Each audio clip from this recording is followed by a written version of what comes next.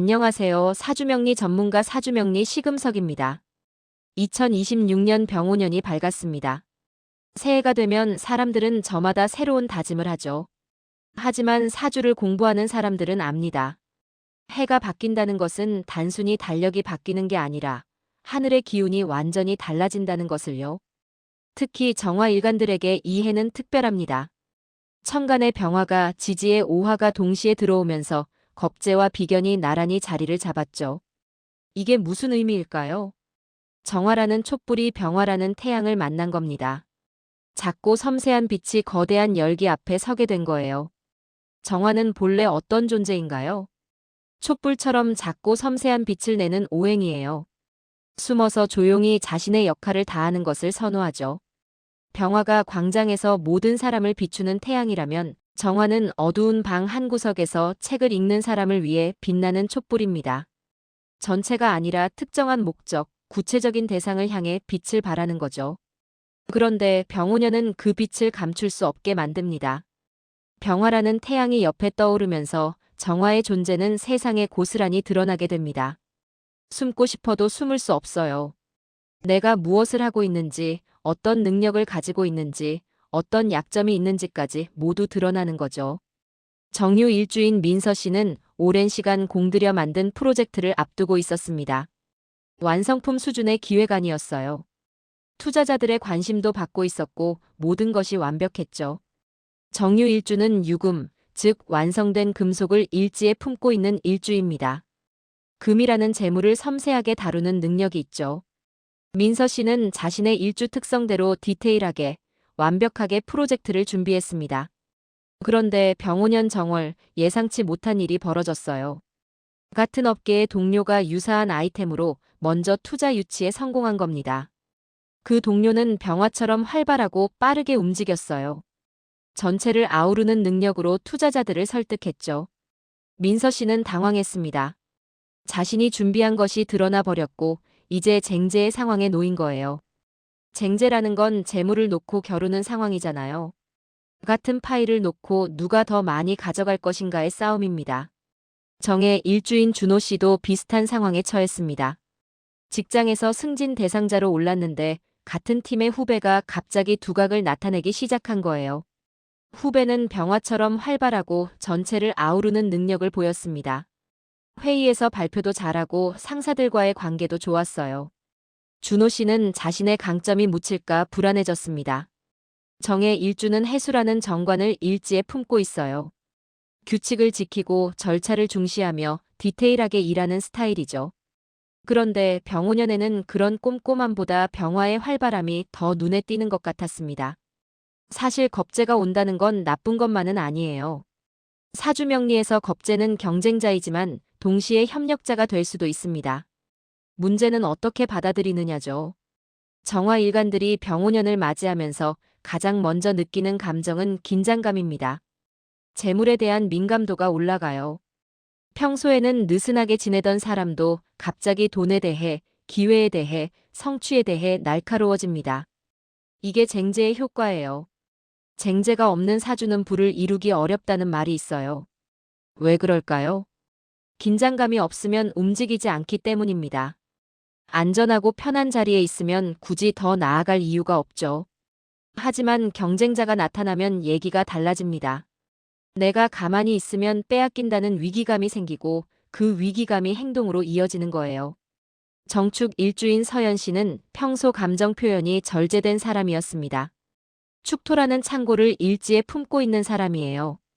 축토는 화기를 품었다가 필요할 때 쓰는 에너지 저장고 같은 거죠.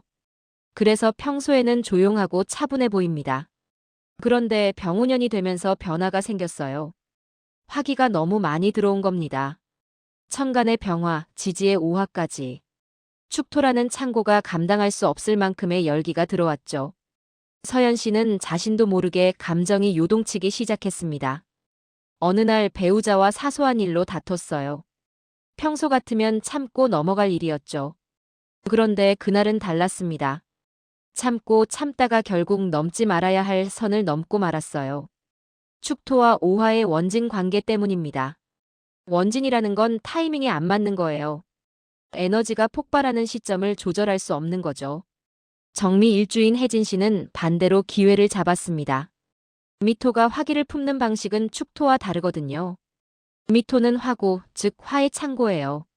화를 품되 화의 입장에서 품는 겁니다. 그래서 열정이 오래 지속되죠. 혜진 씨는 오랫동안 준비해온 사업 아이템이 있었어요. 병오년이 되면서 그 아이템에 투자자가 나타났습니다. 미토가 화기를 잘 품고 있으니 혜진 씨의 열정이 식지 않고 계속 타올랐던 거예요. 투자자도 그 열정을 보고 믿음을 가졌죠. 정사 일주인 동욱 씨는 동업을 시작했습니다. 정사 일주는 사화를 일지에 품고 있어요. 사화는 병화의 근이죠. 그래서 병오년이 되면 사화와 오화가 만나면서 화기운이 극강이 됩니다. 동욱 씨와 동업자는 서로에게 힘이 되는 관계였어요.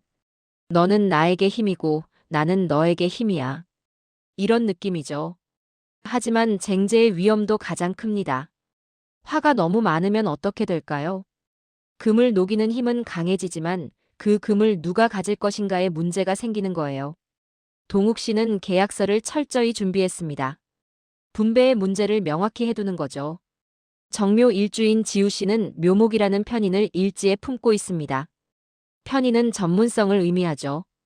그런데 묘목은 습한 나무예요. 정화가 습한 나무를 태우기는 어렵습니다.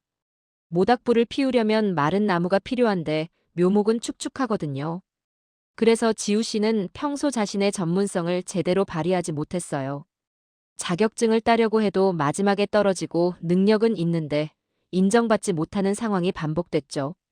그런데 병오년이 되면서 달라졌습니다. 병화의 열기가 묘목을 말려준 거예요. 드디어 지우 씨가 그 나무를 태울 수 있게 된 겁니다. 자격증 시험에 합격했고 진로를 수정할 기회도 생겼어요. 6명의 정화 일관들. 각자 다른 일주를 가지고 있지만 공통점이 있습니다. 병오년의 겁재를 만났다는 것. 그리고 그 겁재 때문에 자신의 존재가 드러났다는 것이죠. 드러난다는 건 두려운 일입니다. 약점도 함께 드러나니까요. 하지만 동시에 기회이기도 해요. 드러나지 않으면 인정받을 수도 없고 성장할 수도 없으니까요. 정화 일관들은 이제 선택해야 합니다. 겁재를 경쟁자로만 볼 것인가, 아니면 협력자로 만들 것인가. 드러남을 두려워할 것인가, 아니면 기회로 삼을 것인가. 민서 씨는 생각했습니다. 병화가 전체를 보는 힘이라면 정화는 특수한 목적성을 가진 힘이에요. 경쟁자가 먼저 출발했다고 해서 진 게 아닙니다. 민서 씨는 자신의 프로젝트에 더욱 구체적이고 차별화된 가치를 부여하기로 결심했어요. 유금을 다루듯 섬세하게 접근하는 거죠. 준호 씨도 마찬가지였습니다. 후배가 활발하다고 해서 자신의 가치가 떨어지는 건 아니에요. 정의 일주의 강점은 해수라는 정관에 있습니다. 규칙과 절차, 신뢰. 준호 씨는 자신의 강점을 더욱 단단히 다지기로 했죠. 6명의 정화 일관들이 각자의 자리에서 움직이기 시작했습니다. 긴장감이 민감도를 높였고 민감도가 행동을 만들어냈어요. 병오년의 첫 번째 계절이 지나가고 있었습니다. 과연 이들은 겁재라는 파도를 넘을 수 있을까요? 쟁제의 소용돌이 속에서 재물과 명예를 쟁취할 수 있을까요? 아니면 모든 것을 잃고 말까요? 답은 다음 이야기에서 이어집니다. 민서 씨가 가장 먼저 깨달은 건 이거였어요. 경쟁자를 이기려면 같은 방식으로 싸우면 안 된다는 것. 병화는 태양이에요. 모든 걸 비추고 전체를 아우르는 힘이죠. 그런데 정화가 병화를 따라하려고 하면 어떻게 될까요? 이걸 사주명리에서는 탈광이라고 합니다. 정화가 병화를 닮으려고 하는 거죠. 문제는 정화가 아무리 노력해도 병화처럼 될 수 없다는 겁니다. 태양은 하나예요. 촛불이 아무리 밝게 타올라도 태양만큼 밝을 수는 없죠. 그래서 탈광을 하면 탈재가 일어납니다. 재물을 잃는 거예요. 자기 것이 아닌 걸 욕심내다가 정작 자기 것마저 놓치는 겁니다. 민서 씨는 전략을 바꿨어요. 경쟁자가 전체 시장을 공략한다면 자신은 특정 니즈마켓에 집중하기로 한 거죠. 정유 일주의 특성을 살리는 겁니다. 유금이라는 완성된 금속을 섬세하게 다루는 능력. 디테일에서 승부를 보는 거예요. 문제는 병오년의 열기가 유금을 압박한다는 점이었습니다. 화극금이라고 하죠. 화가 금을 녹이는 겁니다. 완성품인 유금이 열에 의해 해체될 위험이 있었어요.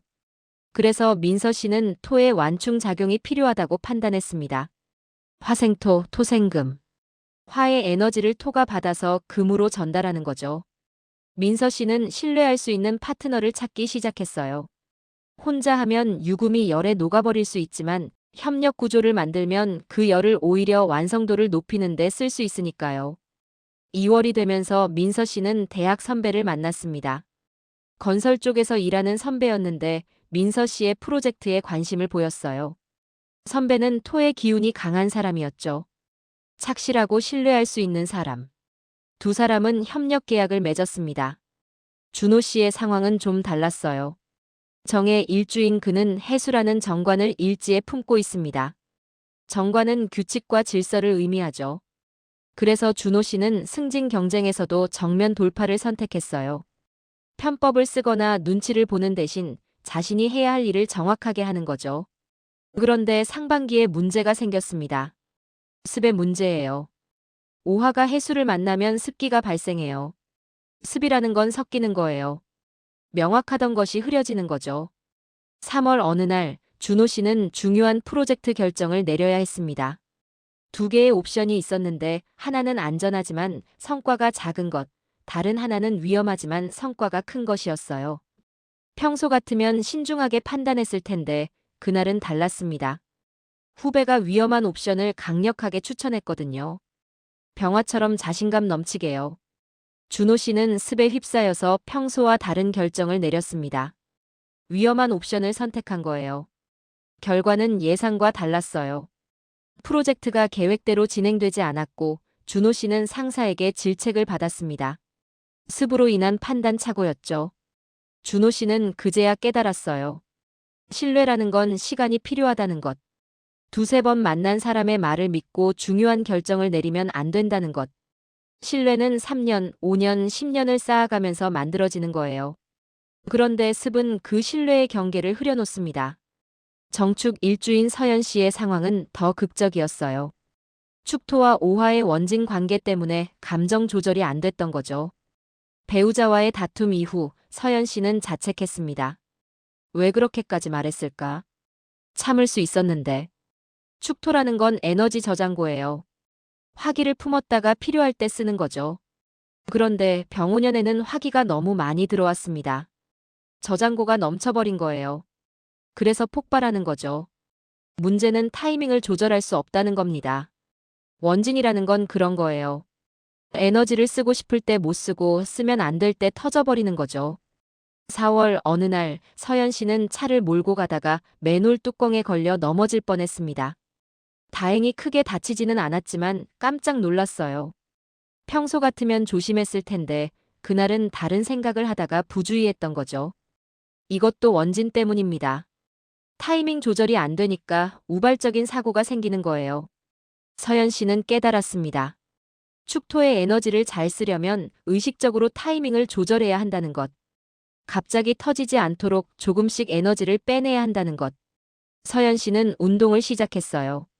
화의 에너지를 건강하게 소모하는 방법이었죠. 또 배우자와 정기적으로 대화하는 시간을 만들었습니다. 감정이 쌓이지 않도록 조금씩 표현하는 거예요. 정미 일주인 혜진 씨는 순조롭게 나아가고 있었습니다. 미토가 화기를 잘 품으니까요.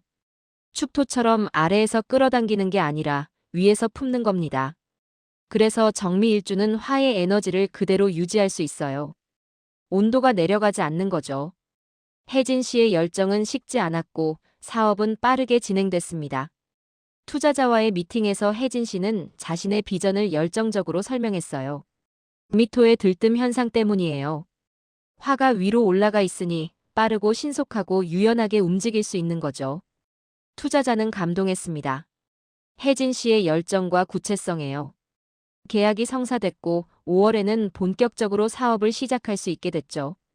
하지만 혜진 씨도 조심해야 할 게 있었어요. 정미 일주는 순환 주기가 빠릅니다. 빠르고 단기화돼 있는 거죠. 그래서 일이 장기화되거나 재고가 쌓이면 안 돼요. 유동성을 유동성으로 써야 합니다. 혜진 씨가 하는 사업은 온라인 플랫폼이었어요. 재고가 없는 사업이죠. 정미 일주에게 딱 맞는 사업 형태였습니다. 만약 재고를 쌓아야 하는 사업이었다면 병5년에 큰 문제가 생겼을 거예요.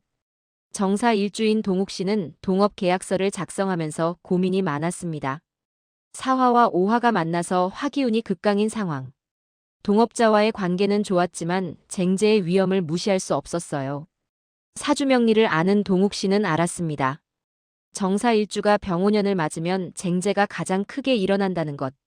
화가 너무 많으면 금을 녹이는 힘은 강해지지만 그 금을 누가 가질 것인가에 문제가 생기는 거죠. 동욱 씨는 변호사를 찾아갔습니다.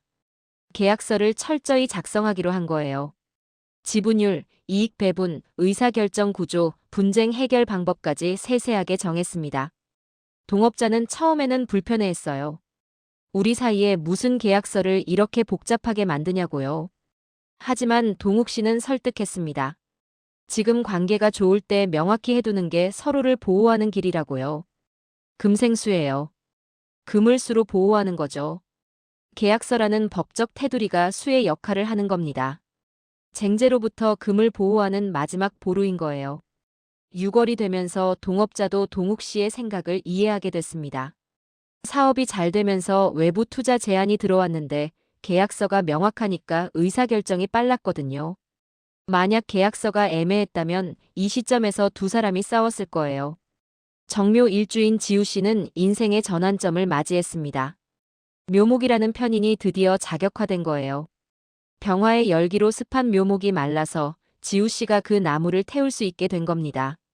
4월에 자격증 시험에 합격했고 5월에는 이직 제안을 받았어요. 전문성을 인정받은 거죠. 지우 씨는 오랫동안 준비했지만 결과가 나오지 않아 힘들었습니다. 능력은 있는데 인정받지 못하는 상황이 반복됐으니까요. 하지만 병5년에 모든 게 풀렸어요. 묘목이 건조해지면서 화생토가 제대로 작동한 겁니다. 편인이라는 전문성이 식신이라는 표현으로 이어진 거죠. 지우 씨는 이직을 결심했습니다. 새로운 회사는 연봉도 높았지만 더 중요한 건 자신의 전문성을 펼칠 수 있는 환경이었어요. 지우 씨는 병5년이 자신에게 기회의 해라는 걸 깨달았습니다. 6명의 정화 일관들이 각자의 방식으로 병5년을 헤쳐나가고 있었습니다. 어떤 이는 협력 구조를 만들고, 어떤 이는 판단 착오를 경험하고, 어떤 이는 감정 폭발을 겪고, 어떤 이는 열정으로 성공하고, 어떤 이는 계약서로 보호하고, 어떤 이는 전문성을 인정받았습니다. 공통점이 있었어요. 모두 긴장감 속에서 살고 있다는 것. 쟁제라는 상황이 재물에 대한 민감도를 높였고 그 민감도가 전투력으로 이어졌습니다. 사주명리에서 쟁제는 양날의 검이에요. 잘 쓰면 득제가 되고 잘못 쓰면 탈제가 됩니다. 재물을 얻느냐 잃느냐는 긴장감을 어떻게 활용하느냐에 달려있죠. 민서 씨는 경쟁을 피하지 않고 차별화로 승부했습니다. 준호 씨는 판단 착오를 겪었지만 신뢰의 중요성을 배웠어요. 서연 씨는 감정 폭발을 경험하고 타이밍 조절의 필요성을 깨달았습니다. 혜진 씨는 열정으로 기회를 잡았고 동욱 씨는 계약서로 위험을 관리했으며 지우 씨는 전문성으로 전환점을 만들었습니다. 7월이 다가오고 있었어요. 병5년의 절반이 지나가는 시점이죠. 상반기의 습은 서서히 마르기 시작했고 병화의 열기는 더욱 강해졌습니다. 6명의 정화 일관들은 각자의 자리에서 버티고 있었습니다. 쟁제의 소용돌이 속에서 자신만의 방식을 찾아가며요. 긴장감은 여전했지만 이제 그 긴장감을 다루는 법을 배우기 시작했죠. 병화를 닮으려 하지 않고 정화로서의 고유성을 지키는 것.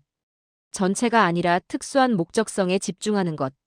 협력 구조를 만들고 보호장치를 마련하는 것. 타이밍을 조절하고 유동성을 유지하는 것. 이것이 정화 일관들이 병5년에서 배운 것들이었습니다. 하반기에는 어떤 일이 펼쳐질까요? 그들은 쟁제를 넘어 득제를 할 수 있을까요? 7월이 지나고 8월이 되면서 병화의 열기는 절정에 달했습니다. 하지만 정화 일관들은 이제 당황하지 않았어요. 상반기의 경험이 그들을 단단하게 만들었으니까요. 준호 씨의 이야기부터 해볼까요? 3월에 판단 착오를 겪었던 그는 하반기에 완전히 달라졌습니다. 습의 문제가 해결된 거예요. 병화가 습을 말려주기 시작했거든요. 7월 어느 날 준호 씨는 다시 중요한 결정을 내려야 하는 상황에 놓였습니다. 상반기와 비슷한 상황이었죠. 두 개의 옵션이 있었는데 후배가 또 위험한 옵션을 추천했어요. 하지만 이번에는 달랐습니다. 준호 씨는 3월의 실수를 기억했어요. 신뢰는 시간이 필요하다는 것. 두세 번 만난 사람의 말보다 10년을 함께한 동료의 조언이 더 중요하다는 것. 준호 씨는 오랜 동료와 상의했습니다. 그 동료는 안전한 옵션을 추천했어요. 준호 씨는 동료의 말을 따랐고 결과는 성공적이었습니다. 프로젝트가 계획대로 진행됐고 상사에게 인정받았죠. 9월에 승진 발표가 있었습니다. 준호 씨가 선택됐어요. 후배가 아니라 준호 씨였습니다. 왜 그랬을까요? 후배는 병화처럼 활발하고 전체를 아우르는 능력이 있었지만 준호 씨에게는 신뢰가 있었거든요. 정의 일주의 해수라는 정관. 규칙을 지키고 절차를 중시하며 신뢰를 쌓아가는 힘. 그것이 결국 승진의 결정적 요인이었습니다. 상사는 말했어요. 당신은 믿을 수 있는 사람이라고요. 준호 씨는 또 하나의 기쁜 소식을 들었습니다. 10월에 결혼하기로 한 거예요. 병오년은 정의 일주에게 관성이 자극받는 해였습니다. 결혼운이 활발해지는 시기였죠. 준호 씨는 오랜 연인과 드디어 결혼을 결심했어요. 민서 씨의 프로젝트는 9월에 결실을 맺었습니다. 토의 협력 구조가 완벽하게 작동한 거예요. 민서 씨와 선배는 각자의 역할을 명확히 했습니다. 민서 씨는 유금을 섬세하게 다루는 디테일을 담당했고 선배는 전체 프로세스를 관리했죠. 화생토, 토생금. 병화의 열기가 토를 거쳐 금으로 전달되면서 유금은 녹지 않고 오히려 더 단단해졌습니다. 민서 씨의 프로젝트는 니즈마켓에서 큰 성공을 거뒀어요. 경쟁자가 먼저 출발했지만 결과는 민서 씨가 더 좋았습니다. 왜 그랬을까요?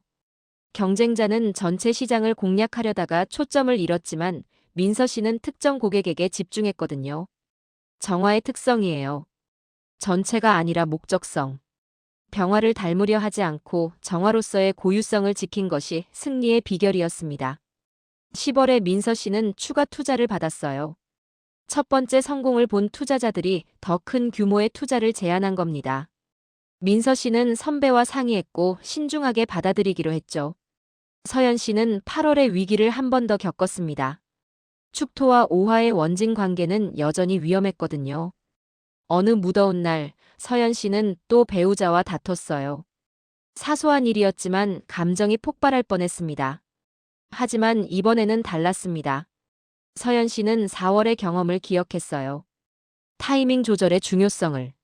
감정이 올라오는 걸 느끼자마자 서연 씨는 잠시 방을 나갔습니다. 심호흡을 하고 물을 마시고 마음을 가라앉혔죠. 10분 후 돌아왔을 때 서연 씨는 침착하게 대화할 수 있었습니다. 넘지 말아야 할 선을 넘지 않았어요. 배우자도 서연 씨의 노력을 알아챘고 관계는 오히려 더 단단해졌습니다. 9월에 서연 씨는 새로운 프로젝트를 시작했어요. 축토의 폭발력을 긍정적으로 쓰는 방법을 찾은 겁니다. 에너지를 모아서 적절한 때에 쓰는 것. 우발적으로 터지는 게 아니라 의도적으로 폭발시키는 거죠. 서연 씨의 프로젝트는 순조롭게 진행됐습니다. 화생토, 토생금. 축토가 화기를 품었다가 금으로 전달하는 구조가 완벽하게 작동했어요. 10월에는 프로젝트가 성공적으로 마무리됐고 서연 씨는 회사에서 포상을 받았습니다. 혜진 씨의 사업은 계속 순조로웠어요. 정미일주의 특성을 살린 온라인 플랫폼은 빠르게 성장했습니다. 유동성을 유동성으로 쓰는 거죠. 재고가 없으니 위험도 없었어요. 8월에 첫 번째 매출 목표를 달성했고 9월에는 두 번째 투자 라운드를 성공적으로 마쳤습니다. 투자자들은 혜진 씨의 실행력에 감탄했어요. 미토의 들뜸 현상 덕분이에요. 빠르고 신속하고 유연하게 움직이는 힘. 10월에 혜진 씨는 직원을 채용했습니다. 사업이 커지면서 혼자서는 감당할 수 없게 됐거든요. 혜진 씨는 채용 과정에서도 정미일주의 특성을 살렸어요. 빠르게 결정하고 빠르게 실행하는 사람들을 선호한 거죠. 11월에 매출이 또 한 번 급증했습니다. 혜진 씨는 올해 목표를 초과 달성할 것 같다고 말했어요. 병오년이 자신에게 대박의 해였다고요. 동욱 씨의 동업은 예상보다 훨씬 잘 됐습니다. 계약서를 철저히 작성한 게 주요했어요. 8월에 큰 프로젝트 제안이 들어왔는데 두 사람은 의견이 달랐습니다. 동욱 씨는 신중하게 접근하고 싶었고 동업자는 빠르게 추진하고 싶었어요. 만약 계약서가 없었다면 이 시점에서 큰 갈등이 생겼을 겁니다. 하지만 계약서에 의사결정 구조가 명확히 정해져 있었죠. 두 사람은 계약서에 따라 제3자의 조언을 구했고 균형 잡힌 결정을 내렸습니다. 9월에 프로젝트가 시작됐고 10월에는 성공적으로 마무리됐어요. 동업자는 동욱 씨에게 고마워했습니다. 5월에 계약서를 만들자고 했을 때는 불편했지만 지금 보니 그게 서로를 보호하는 길이었다고요. 정사 일주의 쟁제를 관리하는 방법이었습니다. 화가 극강일 때는 금생수로 보호해야 해요. 계약서라는 법적 테두리가 수의 역할을 한 거죠. 11월에 동욱 씨와 동업자는 회사 창립 1주년 파티를 열었습니다.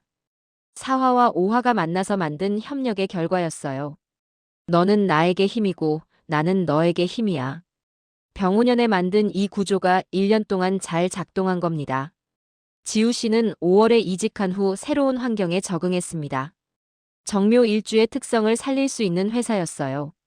묘목이라는 편인, 즉 전문성을 마음껏 펼칠 수 있는 곳이었죠.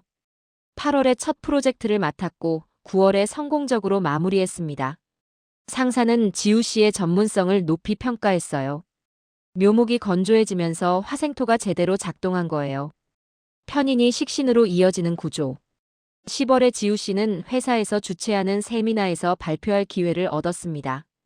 전문가로 인정받은 거죠. 지우 씨는 자신감 있게 발표했고 많은 사람들에게 좋은 반응을 얻었어요. 11월에 지우 씨는 또 하나의 자격증을 따기로 결심했습니다. 병화의 열기가 묘목을 계속 말려주고 있으니 이 기회에 더 많은 전문성을 쌓기로 한 거예요. 12월이 되면서 병오년이 저물어갔습니다. 6명의 정화 일간들은 각자의 자리에서 한 해를 돌아봤어요. 준호 씨는 승진했고 결혼을 앞두고 있었습니다. 민서 씨는 프로젝트를 성공시키고 추가 투자를 받았어요. 서연 씨는 감정 조절을 배우고 프로젝트로 포상받았습니다. 혜진 씨는 사업을 성장시키고 목표를 초과 달성했어요. 동욱 씨는 동업을 안정시키고 1주년을 맞았습니다. 지우 씨는 이직해서 전문가로 인정받았죠. 모두 성공했을까요? 아니에요. 어려움도 많았습니다. 준호 씨는 판단 착오를 겪었고 민서 씨는 경쟁의 압박을 받았어요. 서연 씨는 감정 폭발의 위기를 맞았고 혜진 씨는 빠른 성장의 부담을 느꼈습니다. 동욱 씨는 동업자와의 갈등 위기를 겪었고 지우 씨는 새로운 환경에 적응하느라 힘들었죠. 하지만 그들은 해냈습니다. 병오년이라는 겁제의 해를 넘어선 거예요. 어떻게 가능했을까요? 첫째, 그들은 병화를 닮으려 하지 않았습니다. 정화로서의 고유성을 지켰어요. 전체가 아니라 목적성에 집중했죠. 민서 씨가 니치 마켓을 공략한 것처럼 준호 씨가 신뢰를 쌓은 것처럼요. 둘째, 그들은 협력 구조를 만들었습니다. 화생토, 토생금. 민서 씨가 선배와 파트너십을 맺은 것처럼 동욱 씨가 계약서를 만든 것처럼요. 혼자 하면 위험하지만 함께하면 안전합니다. 셋째, 그들은 보호장치를 마련했습니다. 금생수. 법적 테두리, 신뢰관계, 전문성. 이런 것들이 쟁제로부터 자신을 보호하는 방패가 된 거예요. 넷째, 그들은 타이밍을 조절했습니다. 서연 씨가 감정 조절을 배운 것처럼 혜진 씨가 유동성을 유지한 것처럼요. 에너지를 우발적으로 쓰는 게 아니라 의도적으로 쓴 겁니다. 다섯째, 그들은 교훈을 배웠습니다. 준호 씨가 신뢰의 중요성을 깨달은 것처럼 민서 씨가 차별화의 가치를 안 것처럼요. 실수를 반복하지 않고 경험을 자산으로 만들었습니다. 병오년은 정화 일간들에게 어떤 해였을까요? 쟁제의 해였습니다. 긴장의 해였어요. 하지만 동시에 성장의 해였고 기회의 해였습니다. 쟁제는 위기가 아니라 기회예요. 긴장감은 민감도를 높이고 민감도는 전투력을 만들고 전투력은 성취를 낳습니다. 편하게 사는 것도 좋지만 때로는 긴장이 필요해요. 미꾸라지 양식장에 메기를 넣는 것처럼요. 정화 일간들은 배웠습니다. 겁재를 경쟁자로만 볼 게 아니라 협력자로 만들 수도 있다는 것. 드러남을 두려워할 게 아니라 기회로 삼을 수 있다는 것. 병화를 닮을 게 아니라 정화다워야 한다는 것. 2027년은 정민년입니다. 쟁제는 계속돼요. 정화 일간들에게는 또 다른 도전의 해가 될 겁니다. 하지만 이제 그들은 압니다. 쟁제를 다루는 법을요. 병오년의 경험이 자산이 될 겁니다. 협력 구조 만드는 법, 보호장치 마련하는 법, 타이밍 조절하는 법, 고유성 지키는 법. 이 모든 것이 정민년에도 유용할 거예요. 6명의 정화 일간들은 12월의 마지막 날 각자의 자리에서 새해를 준비하고 있었습니다. 준호 씨는 결혼식 준비를 하고, 민서 씨는 새로운 프로젝트를 구상하고, 서연 씨는 가족과 여행을 계획하고, 혜진 씨는 사업 확장을 준비하고, 동욱 씨는 동업자와 내년 전략을 짜고, 지우 씨는 자격증 공부를 시작했습니다. 병오년이 저물어갑니다. 겁재의 해가 지나가는 거죠. 하지만 그들이 배운 것은 남아요. 경쟁 속에서 빛나는 법, 긴장 속에서 성장하는 법, 쟁제를 득제로 바꾸는 법. 정화는 작은 빛입니다. 태양만큼 밝지 않아요. 하지만 정확한 곳을 비춥니다. 목적성을 가지고 디테일하게, 섬세하게. 그것이 정화의 힘이에요. 병오년을 맞이한 정화 일간들은 자신의 힘을 증명했습니다. 병화라는 태양 옆에서도 빛날 수 있다는 것을. 경쟁 속에서도 자기 자리를 지킬 수 있다는 것을. 쟁제를 넘어 득제할 수 있다는 것을. 여러분도 정화 일간이신가요? 혹시 병오년을 맞이하셨나요? 그렇다면 기억하세요. 겁재는 두려워할 게 아니라 활용할 거예요. 쟁제는 위기가 아니라 기회입니다. 드러나는 게 두렵더라도 그것이 성장의 시작이에요. 병화를 닮으려 하지 마세요. 정화로서의 고유성을 지키세요. 협력 구조를 만들고 보호장치를 마련하고 타이밍을 조절하고 교훈을 배우세요. 그러면 여러분도 병오년을 넘어설 수 있을 겁니다. 경쟁 속에서 빛나는 법. 정화 일간들이 병오년에서 배운 것입니다. 이제 여러분의 차례예요. 시청해주셔서 감사합니다. 더 많은 사주명리 정보를 미리 알림해드리니 구독, 좋아요를 눌러주세요.